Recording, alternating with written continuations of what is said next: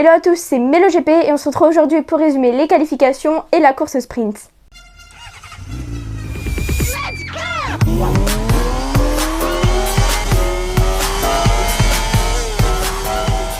Commençons par la Q1 où Jack Miller et Luca Marini ont réussi à s'extirper de cette première partie des qualifications pour aller rejoindre les autres pilotes en Q2. Marc Marquez, lui, partira 18e. Avant de passer à la Q2, passons à l'info du week-end.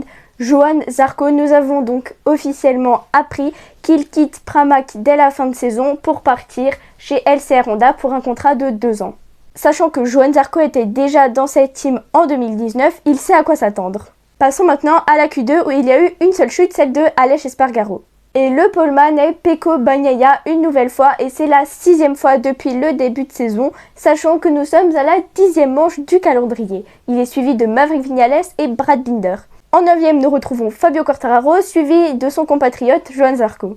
Jack Miller partira 4e et Jorge Martin partira 12e. Et passons à la sprint race qui était une des plus mouvementées de la saison, où la plupart des pilotes ont utilisé un pneu tendre à l'avant et médium à l'arrière.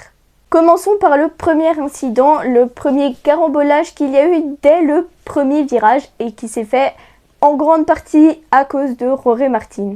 Petite mise en situation, Fabio Quartararo arrive à l'entrée du premier virage et freine le plus tard possible. Jorge Martin, qui était juste derrière lui, a freiné plus tard encore, ce qui a donc provoqué un contact entre lui et Fabio. Fabio Quartararo a donc par la suite fait un écart et a donc percuté le pilote qui était à côté de lui, ce qui a emmené 4 autres pilotes. Et donc 2 pilotes se sont retrouvés à terre, Marco Bezzecchi et Miguel Oliveira. Et dans leur chute, ils ont emmené donc Fabio Quartararo, mais aussi Johann Zarco et Enea Bastianini. La direction de course n'a toujours pas donné son verdict. On ne sait toujours pas si Jorge Martin sera pénalisé ou non.